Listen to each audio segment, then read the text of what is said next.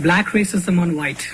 I've seen farms being taken over by Mugabe forces, the ZANU-PF people.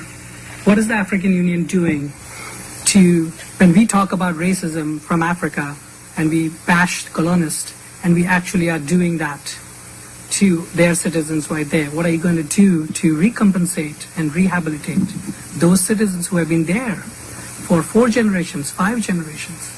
What is African Union going to do for that? Okay, I like the fact that you're putting a timeline there. See, with history, we have a tendency to say, well, let's start the story from here moving forward. But let's not talk about the story going back. In Zimbabwe, you have to say, how did we get there? Let me take 1 minute and summarize it for you. When the British came to Zimbabwe, they analyzed the country and divided it into 4 regions. Region 1 was the best soil, the best rains, best conditions for farming. Region 2, pretty close to Region 1. Region 3, there were some areas there, the soil was not so good, and the rain was good, but not the best. Region 4, no rain. The soil was horrible. Mosquitoes and sesaflies. So they set out a plan. If you were an adventurous British, a veteran of the First or Second World War, you were guaranteed 2,000 hectares. Hectares, multiply 2,000 by 2.2. You were guaranteed that much in Zimbabwe, plus any loot from the local people. So a British man would land in Zimbabwe. So based on the regions that they had decided, they were going to move all the black people, preferably from the region 1 and 2 to region 4. So the process started. And how did a British map up their land? You got on a horse, they'll tell you this region. Get on a horse and you ride in one direction for a day until either you or your horse were tired. You put your bag. Tomorrow morning you do the same thing. So it took 4 days for the Englishman to map up his land. At the end of the 4 days, everything in it is yours. And the people who lived on that land were told, in this direction, go past this mountain. In this direction, go past this river. They left with whatever they could carry. The chickens, the goats, the cows, they were theirs. And some of them were not so lucky. You barely settled again when another Englishman came, and he was given that part.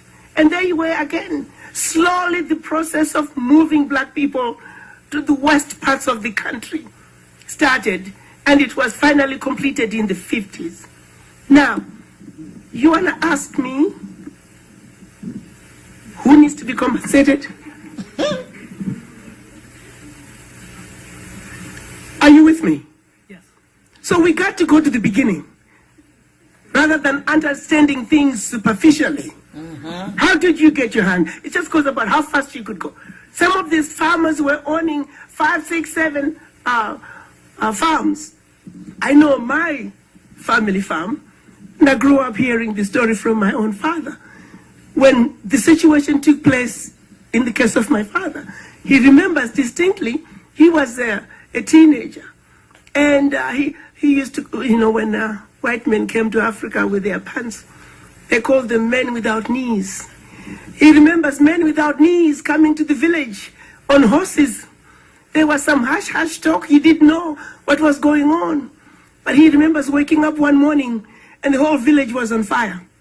They were being torched by these men without knees on horses. His aunt was pregnant and was due any day.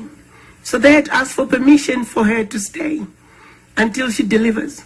It was one little hut that was left standing in a burnt-out village. They left with whatever they could carry. Sadly for them, Aunt didn't deliver for 3 weeks.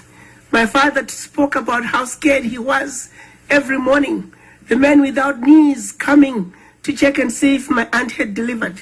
There was him, an uncle, another grandmother who was a midwife, and another aunt. They all crumbled up in this one room. When she finally delivered, 3 days after delivery, they were told to walk, go find the others who had left before. Now the loot law, it's in the history books. You don't have to go far. It's in the British history books. As a matter of fact, the British started fighting themselves over how to distribute the loot as they go from one place, one village to the other. It was acceptable. So, son, do you still want to ask me who's owed what? May I rest?